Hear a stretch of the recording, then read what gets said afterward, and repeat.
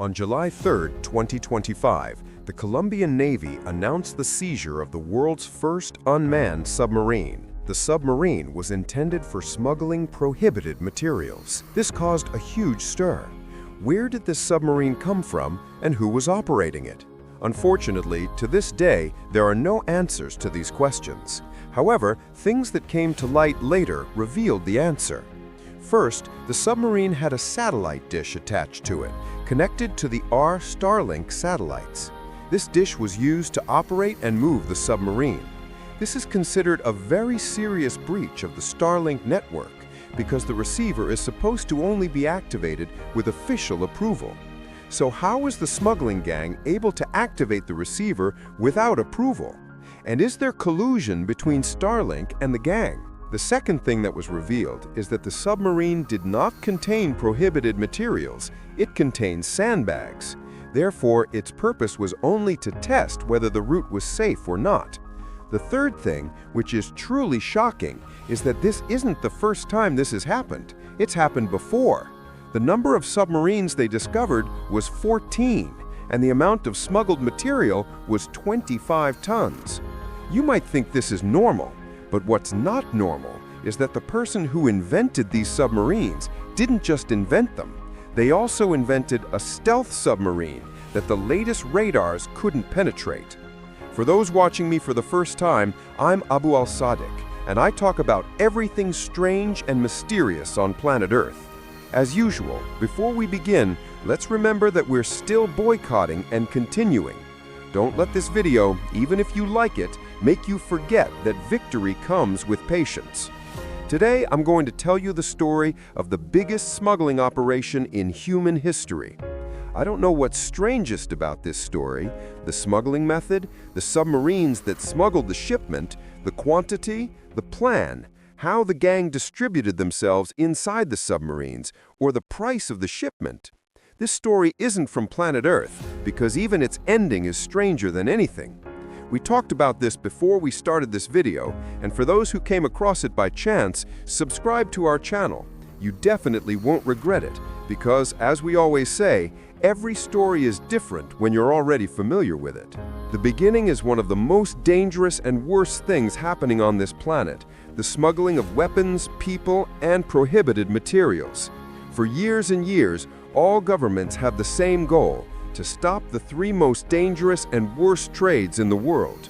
But if we go specifically to the trade in prohibited materials, and of course you know and understand why I'm talking about prohibited materials, you know what I'm talking about. If we call it by its proper name, this video will be amazing. So today we need to focus, and you need to stay with me. The important thing is that the trade in prohibited materials specifically has several global markets. Countries whose main task is to manufacture and sell to all countries of the world, like Afghanistan, which was ranked first. 85% of all prohibited materials in the world come from there. So if you plant a plant, poppy cultivation in Afghanistan, the primary source of these substances was like growing tomatoes there, perfectly normal and natural. But after the liberation of Afghanistan and the Taliban's rise to power, they fought against its cultivation in every way possible, cracking down on this trade with an iron fist. Today, Afghanistan, which used to supply 85% of the world's prohibited substances, now exports zero, not a single gram. That chapter is closed for good. Who was competing with them in the region? Bashar al-Assad and his network that had no end in sight. Today, after the liberation of Syria, what happened?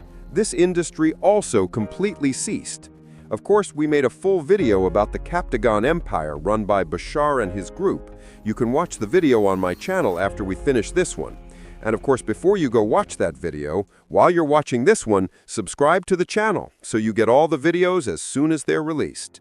Anyway, forget about Afghanistan and the region, and let me introduce you to the biggest suppliers in the world today: Mexico, Peru, Bolivia, and Colombia, which is now considered the most dangerous and important country in this industry. Now, do you notice anything? Mexico, Peru, Bolivia, and Colombia are all located in South America, and they are among the world's largest manufacturers today. How are these prohibited materials transported? By land, when the shipment is destined for America, or via the Atlantic Ocean, or by air if the shipment is destined for Europe. Of course, the most well-known and famous method is through Caribbean pirates. These people have old ships and are lost at sea. Their job is to transport prohibited materials. Let's say the Coast Guard and military vessels intercept them and try to arrest them. Is it easy to just shoot them and end the story? No, these people have a very famous method. This way, they can protect themselves even from nuclear weapons. What do? Whenever they have a shipment to transport, they kidnap people and take them hostage.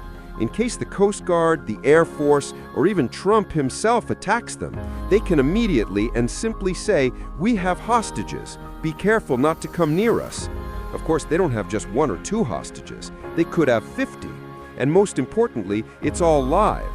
So if the Marine police decide to shoot or bomb them, everything is recorded and live. The whole thing will turn into an international scandal. That's why most of the time, no one can get close to smugglers of prohibited materials, and air raids often fail. You've probably seen documentaries about airport security. The procedures are impossible. If you have a toothbrush, you'll get searched. So imagine carrying prohibited materials. As for America, is smuggling easy? Look, it's not easy, but it's not difficult either, because there are many options: land, sea, and air. By land, they have cars, trains, and even horse-drawn carriages. They have other methods, like using wild animals trained to cross borders. By air, they have drones. They have catapults to drop shipments from across the border. They even have trained birds of prey. By sea, there are many methods. And of course, dealing with the United States is easier because there are more organized gangs in America than ordinary people. It's incredibly easy to smuggle prohibited materials into the United States. Imagine that despite its ease, the most common method is smuggling by sea. A small, remotely operated vessel departs from one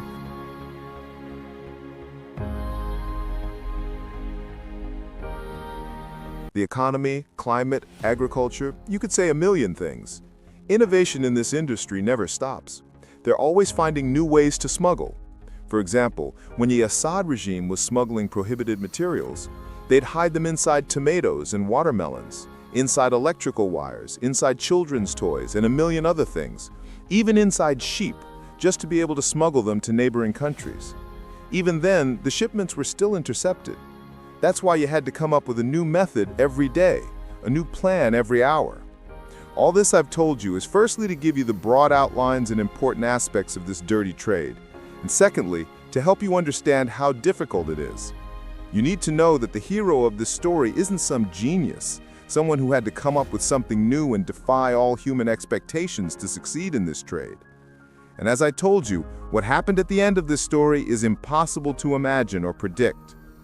In 2021, the godfather of the prohibited materials trade in Colombia, whose name is still unknown, decided to stop. The trade in prohibited substances is completely illegal. A person like this can only leave the field in a dramatic fashion. He either surrenders, ends his life, or hands over the industry's kingpins to Interpol. The important thing is that his exit is dramatic and befitting his less than honorable history. This guy told you, "I want to shut down the business, but I want to make the biggest farewell deal in history. 15 tons of prohibited substances." So you know, everything I've told you from the beginning, all the smuggling methods, quantities, trade, everything combined, from start to finish, amounts to only 100 kilos. Just 100 kilos. Smuggling shipments have never reached a ton. No one has ever smuggled a ton. 1,000 kilos of prohibited substances, my friends? 1,000 kilos would flood the planet with prohibited substances. Anyway, this guy said, "I want to burn the industry to the ground. If this 15-ton shipment sinks in the ocean, the entire planet's fish will be drunk."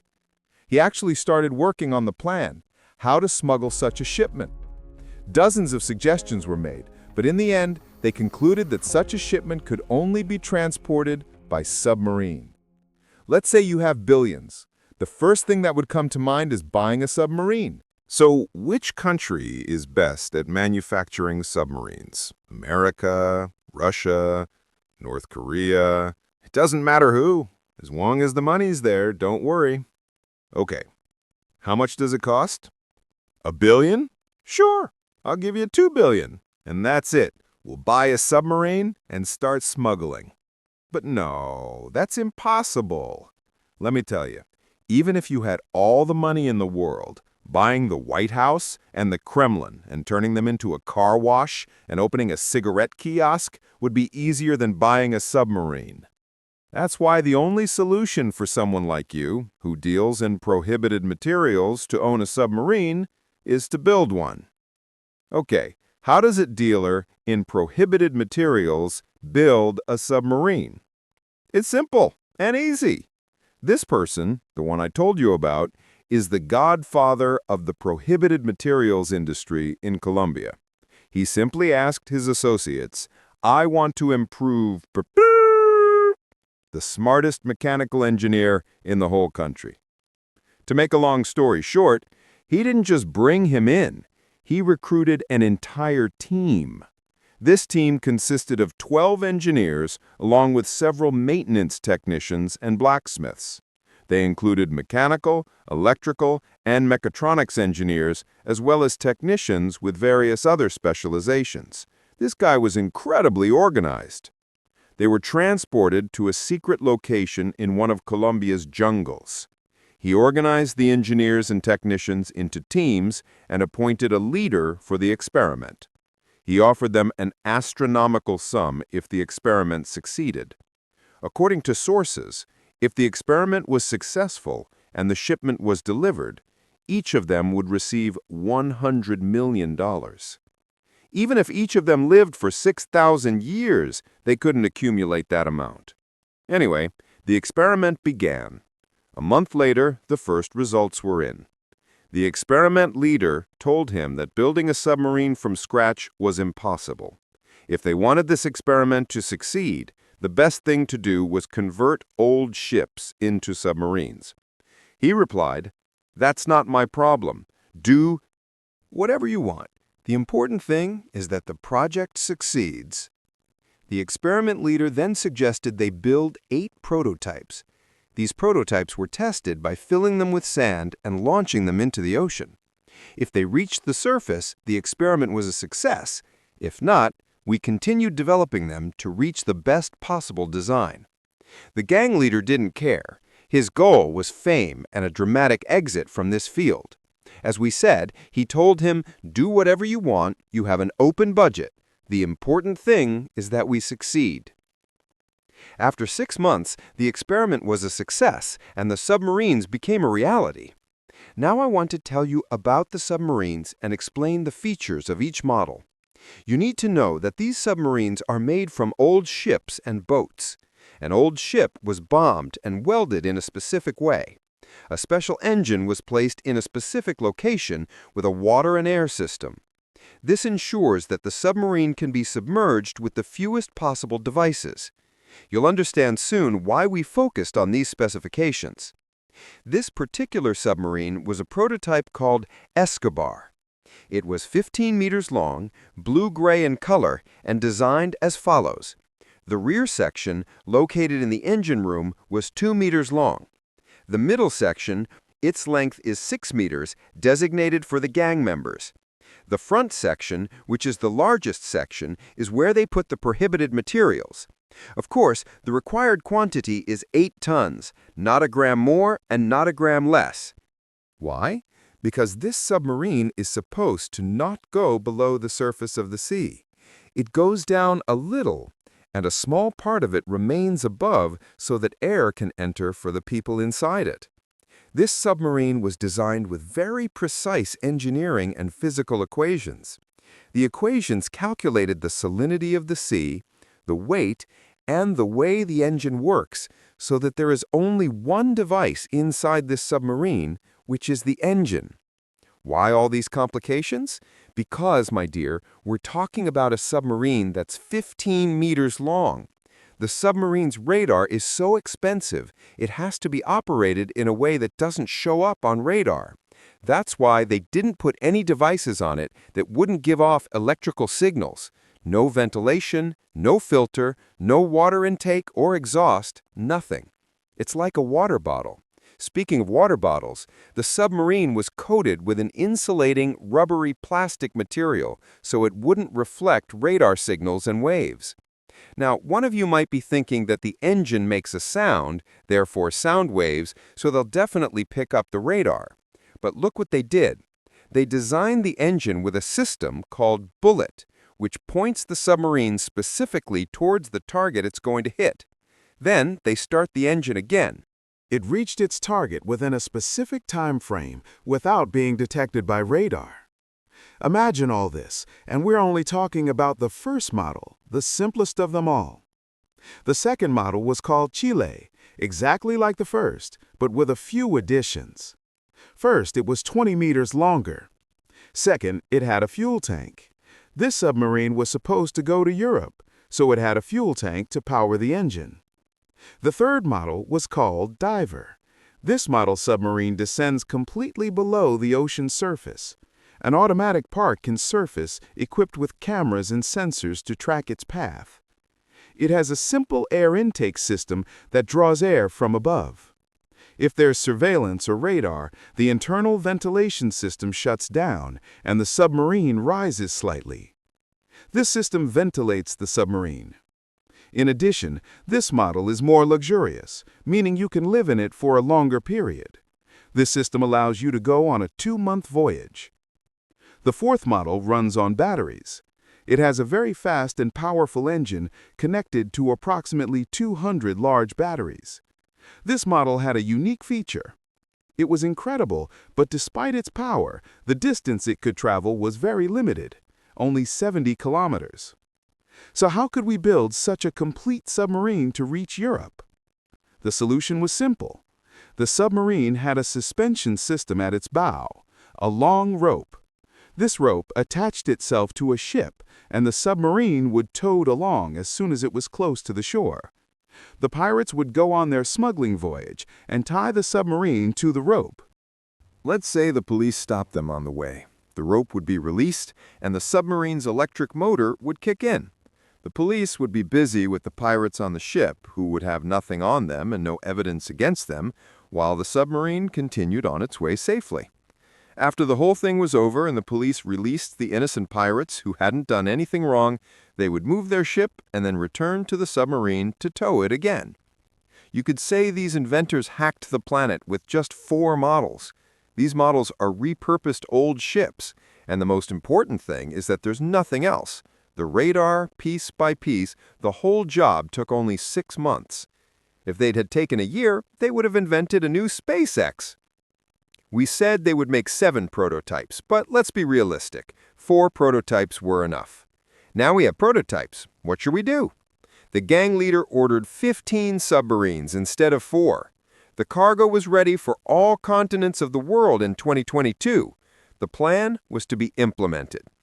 Before we go into the implementation of the plan and what happened, you have to know that the gang leader didn't just create his own private NASA and build submarines. He had something else in mind. This guy had his connections with the police, and he also had spies everywhere. The shipment going to the United States was supposed to weigh 15 tons. This shipment was to be met by 20 police cars with their officers. But these weren't police at all. In fact, 18 of the cars weren't police. They were gang members who would arrest the gang in front of everyone. The police cars appear to be heading to the police station, but after they arrest them, some of the cars will deviate and go somewhere else. In short, there will be 20 police cars parked, 18 of which are not police but are in cahoots with the police, waiting for these submarines, a term used to refer to the smugglers. When they arrive, they will pretend to have arrested the gang members, confiscate the contraband, and take them to the police station. But they will turn around and continue on their way. They might have sacrificed half a ton, for example, but in return, 14.5 tons were expected. Meanwhile, news reaches the American intelligence services that the greatest smuggling operation in the world will take place during this period. The method will be epic, and the goal is to close the chapter on smuggling forever. The planet's shipments will be smuggled. There will be no need for smuggling after that. When something like this happens, all the world's intelligence agencies are mobilized. Imagine, 33 countries participated in the search and surveillance operation. No one in the entire universe knew how the operation would be carried out. The only ones who knew were his team, lost in the forest, and of course, no one knew anything about them. The gang leader, who organized and studied everything, also knew something else. There's something else you need to know. The gang leader in this operation had two wings. The first wing was the head of the submarine manufacturing experiment and his team. The second wing was the head of the fake police force who were supposed to wait for the shipment there. This person was the one who would manage the operation after the shipment reached America. So did any intelligence agency in the world know anything? No. Was the release date of the shipments known? No. Was the destination known and which country each shipment was going to? Also no. Imagine how secretive and organized the whole thing was. And now we come to the day of execution. On June 13, 2022, the submarines set sail, and each convoy went its own way. Some went to Europe, some to America, and some headed to China, that is, Asia. Of course, no one knew anything after the submarines left Colombia. About 6 hours later, the gang leader contacted the head of the police patrol and told him the submarines were coming to Miami. And that's where the real story began. The gang leader had already received half the price of the shipment, billions, enough to flood the earth. The shipment that was going to Europe was suddenly and without warning intercepted by the police. How, why, and where they came from, no one knows. 5 submarines were caught at sea before they could enter through the Strait of Gibraltar. How that happened, no one knows. What about the submarines that were going to China?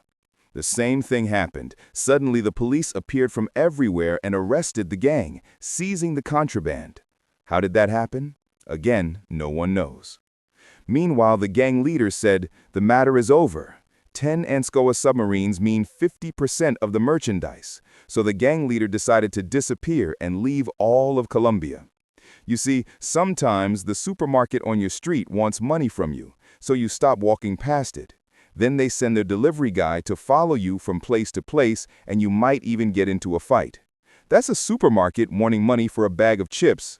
So what about when there's a gang dealing in internationally banned substances who owe you billions? What can you do? Honestly, I don't know, and I don't want to know, because then there won't be anywhere in the world to hide. Anyway, the leader of this, they received 50% of the contraband. It ran out and reached the shores of Miami. It arrived, right?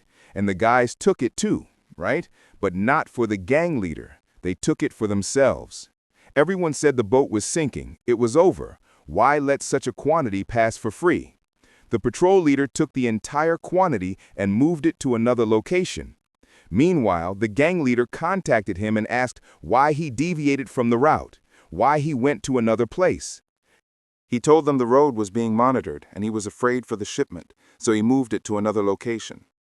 Here, the gang members asked about the quantity of materials the police found. He told them not a gram. They didn't catch anything with us. He said, "Wow, how come there were 2 police cars and 1 of yours?" He told them they were all ours, and you shouldn't worry. Everything is safe. While he was talking to him, something completely unexpected happened. The patrol leader wanted to take the contraband for himself and supposedly satisfied the gang members with him. But something unexpected happened. To understand, the shipment arrived on the Miami beaches, were supposed to be the destination for the fake league leader, who was an agent for the gang boss. He took the goods to point X, intending to appease his associates with a few dollars and keep the entire shipment for himself. However, while at point Y, the police raided them and arrested everyone. But after arresting all 30 people, the police suddenly lined them up against a wall and shot them all. How could the police kill those they arrested? Of course not. Imagine, the fake league leader had formed his own gang after moving the goods to the new location. He had a third plan, to kill everyone, including his own new gang members. He took all the goods, weighing 15 tons, and escaped. Where to? To a cupboard.